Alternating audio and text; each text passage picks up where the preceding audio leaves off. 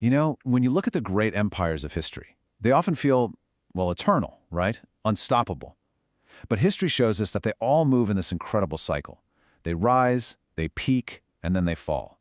But what's really fascinating, what gets me, is when they fall and then rise again, even stronger than before. Today, we're diving into one of the greatest comeback stories of all time, the amazing saga of Egypt's Middle Kingdom. And that's really the big question we're going to tackle here. How does that even happen? It's not just about surviving, it's about a total transformation.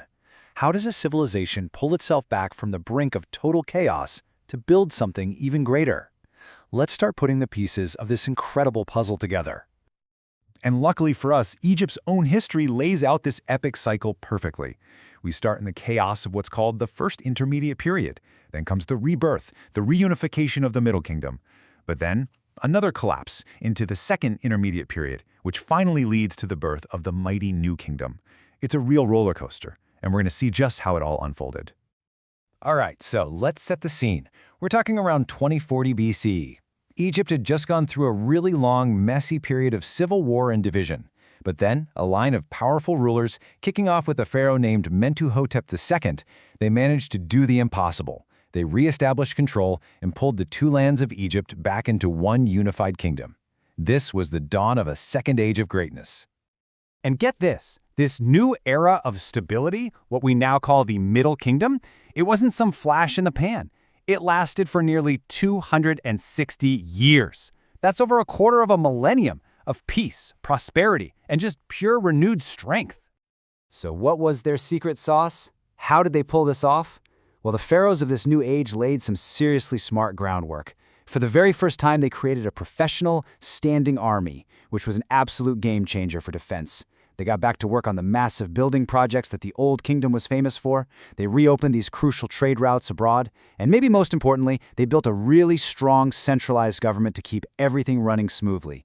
These were the pillars that held up their new golden age. So with that solid foundation in place, Egypt didn't just get back on its feet, it started to fly. And this brings us to the absolute peak of the Middle Kingdom, its golden age. It was a time of unbelievable power, and it was all embodied by one truly legendary pharaoh.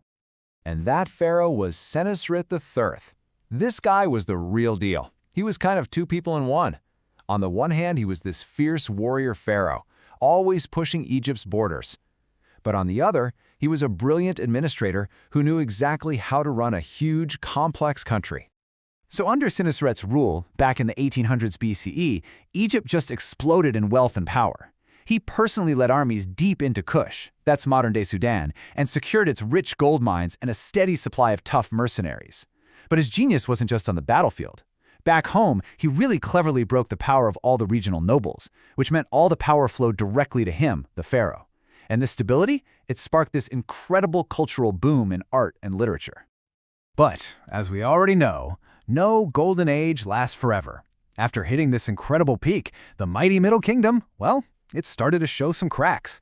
The seeds of its own collapse were already starting to sprout. The first little sign that things were changing was actually a pretty unusual transfer of power. After Senusret's successors passed, the throne went to a woman, Queen Sobek-Neferu. Now she was a hugely significant ruler, the first woman to rule in centuries, but her reign was really short, and it kind of signaled a point of instability after such a long line of powerful male pharaohs. And then you've got this perfect storm brewing. Two massive forces started to pull the kingdom in opposite directions. Internally, the pharaohs were just steadily losing their grip on power, and at the exact same time, an external pressure was building, as huge numbers of Semitic-speaking people began migrating from the Levant into the super-fertile Nile Delta, slowly but surely growing their numbers and their influence.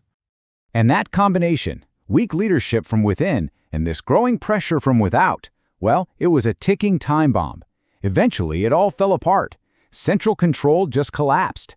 These foreign chieftains seized power in the north, and just like that, Egypt's unity was shattered. The country was plunged into what we call the Second Intermediate Period. And here's a cool little detail. The Egyptians themselves had a specific name for these new rulers. They called them Hekau-Hasut, which literally means rulers of foreign lands. It's actually kind of fascinating that the name we all use today, Hyksos, is really just a Greek version of that original Egyptian term. So just picture this. Egypt wasn't one unified country anymore. It was completely splintered into 3 pieces. Up in the north, you had the Hyksos, controlling the incredibly valuable Nile Delta. Way down south, the Kushites, who Egypt had once conquered, took back their land and seized control. And then, squeezed right in the middle, was this little weakened remnant of the Old Kingdom, run by Egyptian nobles. The nation was totally divided and totally vulnerable. But you know what they say about hitting rock bottom? From the ashes of all this division, something new, something fiercer was being born in the Egyptian spirit. This wasn't just about getting back what they lost. Oh no, the Egyptians were about to fight to reunify their land and build something way bigger and way more powerful than ever before. And they had a clear plan, a checklist for taking back their country. Step 1, defeat the Hyksos and take back the north. Step 2, with the homeland secure, turn south and reconquer Kush. And once all their old territory was back under their control, step 4 was to launch the new kingdom. And listen, this wasn't about hitting the reset button. This was a total upgrade. The new kingdom became what historians now call the highest high watermark of Egyptian power and influence. They didn't just rebuild the old kingdom. They pushed their borders farther than they had ever gone, creating a true sprawling empire. So there you have it. Egypt literally rises from the ashes, stronger than ever, and forges its greatest empire.